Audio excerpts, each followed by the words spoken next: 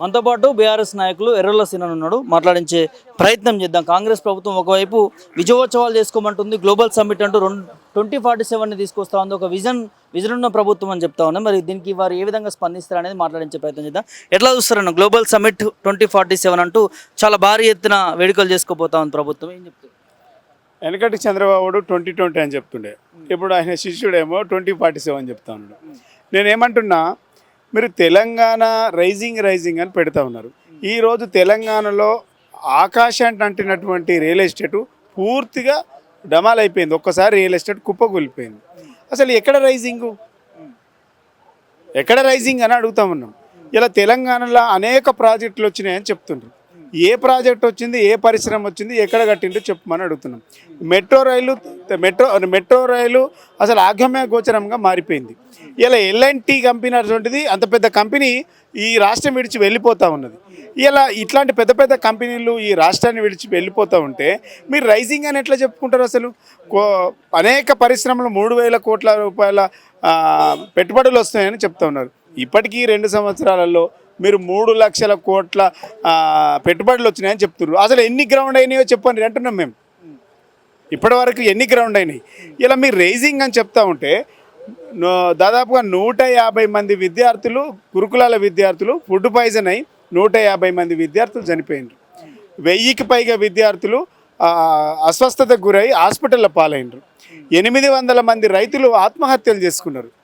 48 నుంచి 50 మంది నేతన్నలు ఇలా ఆత్మహత్యలు చేసుకున్నారు. ఎక్కడ రైజింగ్ మీది? వీటి మీద చర్చ జరగాలి కదా.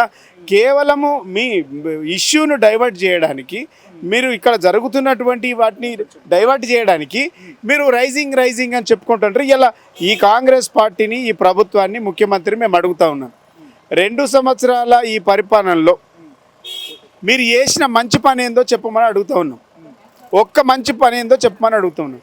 మీరు కట్టిన ప్రాజెక్ట్ ఏందో చెప్పమని అడుగుతూ ఉన్నాం. మీరు కట్టినటువంటి ఇందిరమ్మ ఇండ్లు ఎన్నో చెప్పమని అడుగుతూ ఉన్నాం. మీరు నోటిఫికేషన్లు ఇచ్చి మీరు ఉద్యోగాలు ఇచ్చినటువంటి జాబులు ఎన్నో చెప్పమని అడుగుతూ ఉన్నాం.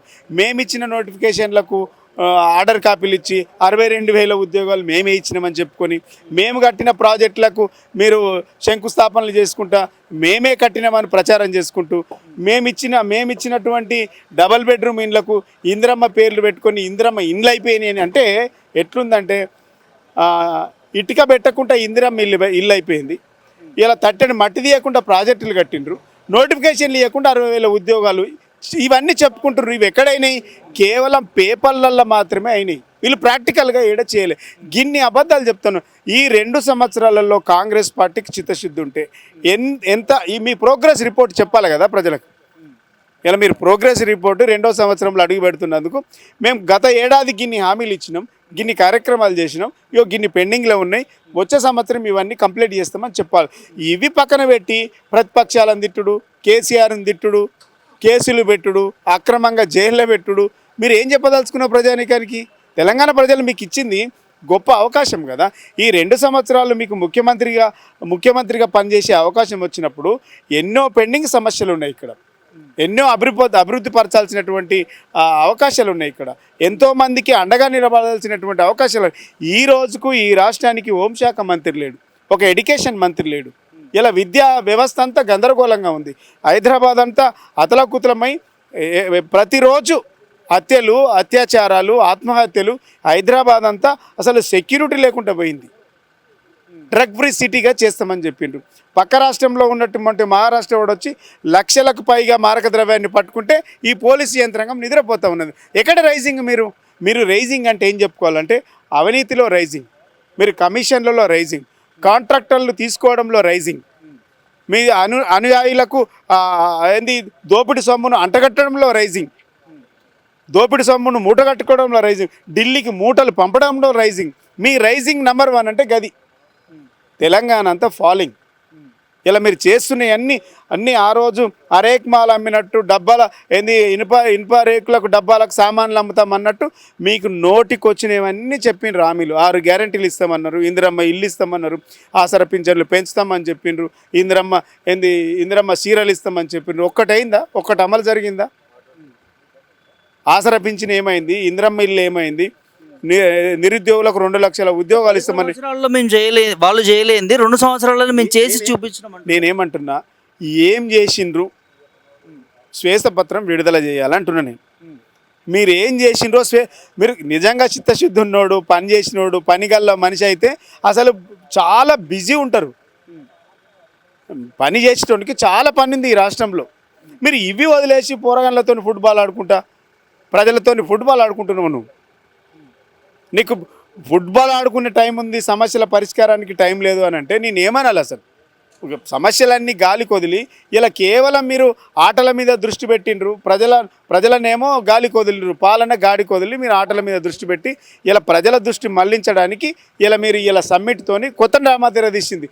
మీరు ఈ సమస్యలన్నీ ఎక్కడ ప్రజలు తిరగబడతారో, ప్రతిపక్షం మాట్లాడుతుందో అనేసి ముందే దొంగతనం చేసిన వాడే దొంగ అన్నట్టు ఆ సమస్యలన్నీ తెర మీదకి రాకుండా డైవర్ట్ చేయడానికి ఇలా సమ్మిట్ పేరుట కొత్త డ్రామాకి తెరదించింది కాంగ్రెస్ ప్రభుత్వం. అంటే ఫైనల్గా ఒక విషయం చెప్పండి, బీఆర్ఎస్ పార్టీ అధికారంలో ఉన్నప్పుడు 8 లక్షల కోట్ల అప్పు చేసింది అన్నట్టుగా నిన్న బీజేపీ నాయక సంస్థ శంకర్ నాయక్ వారు కూడా చెప్పారు. అంటే 10 సంవత్సరాల్లో వాళ్ళు అప్పులు చేసినా కూడా ఈ ముఖ్యమంత్రి అప్పులు తీర్పుతూ మిత్తిలు కడుతూ ప్రజాప్రభుత్వాన్ని ముందుకు గెంటేసుకుంటూ వస్తున్నాడు అనేది వాళ్ళు చెప్తున్నారు. పార్లమెంట్ సాక్షిగా కేంద్రంలో ఉన్నది వాళ్ళకి అవగాహన లేకపోతే నేనేం చేయలేను. బీజేపీలకు అంటే వాళ్ళకి అంత తెలివి ఉంది. బీజేపీ ప్రభుత్వమే సెంట్రల్లో ఉంది. పార్లమెంట్ సాక్షిగా 3,27,000 కోట్లు అప్పు అయిందని చెప్పింది.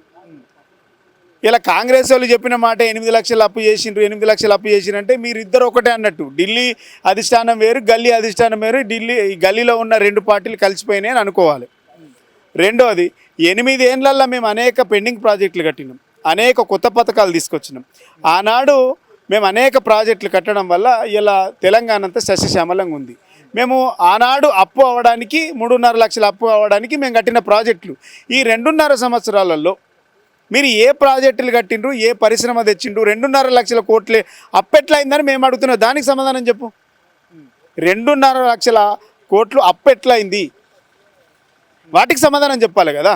కేవలం బీఆర్ఎస్ పార్టీ గత ప్రభుత్వం పేరు చెప్పుకొని ఎన్ని రోజులు బతుకుతుంది ఈ ప్రభుత్వం? ఇంకా ప్రభుత్వము చేసినటువంటి అవినీతి అబద్ధాలన్నీ కూడా ప్రజలు గమనిస్తూ ఉన్నారు. డెఫినెట్గా ప్రజలు సరైన టైంలో నిర్ణయం తీసుకుంటారని భావిస్తారు. 100% డైవర్ట్ చేయడానికి. దీంట్లో వేరే బ్రహ్మ పదార్థం లేదు, ఇంకా వేరే భవిష్యవాణి కూడా ఏం లేదు. ఇది కేవలం డైవర్ట్ చేయడానికి. ఇలా ఇప్పటికీ 5-6 జిల్లాలు తిరిగిండు ముఖ్యమంత్రి. ఒక్క జిల్లాలనైనా నేను మీకు ఇచ్చిన హామీ అమలైందని చెప్పిండా? నేను రాబోయే ఇంకా 3 ఏళ్లలో 2 ఏళ్ళే, 1 సంవత్సరం ఎలక్షన్, ఇంకా 2 ఏళ్లలో ఇవి చేస్తానని చెప్పిండా? మహిళలకు మొదటి ప్రాధాన్యత అన్నారు. 1 కోటి మంది మహిళలను కోటీశ్వరులను చేస్తాం. ఎంతమంది చేసినావో లెక్క చెప్పంటున్నా. 2 లక్షల ఉద్యోగాలు ఇస్తామని చెప్పింది. ఎంతమందికి ఇచ్చినావో చెప్పు 2 ఏళ్ళల్లో అంటున్నా. కూడా చంద్రబాబు నాయుడు రైజింగ్ 2020 అంటే ఒక విజన్ తీసుకొచ్చి మాట్లాడి, అంటే అప్పటి విధంగానే ఇప్పుడు రేవంత్ రెడ్డి ఏమైనా ఫాలో అవుతుంది? నేను ముందుగా అదే అన్నా. ఆయన విజన్ 2020, ఈయన రైజింగ్ 47. ఈ ఇద్దరి నినాదం ఒకటే. ఇలా ఈ తెలంగాణను పరిపాలిస్తుంది తెలంగాణ వాళ్ళు కాదు, ఈ తెలంగాణను నడుపుతుంది. తెలంగాణకు వెనుక నుంచి రహస్యంగా ఉండేటువంటి సలహాదారులు వేరు, ప్రభుత్వ సలహాదారులు డమ్మీలు. ఈ రాష్ట్రానికి, ఈ రాష్ట్ర ముఖ్యమంత్రికి రహస్య సలహాదారులు వేరే ఉన్నారు. వాళ్ళే తెలంగాణ నడిపిస్తుండ్రు. ఇది ప్రజలు గమనించాలి.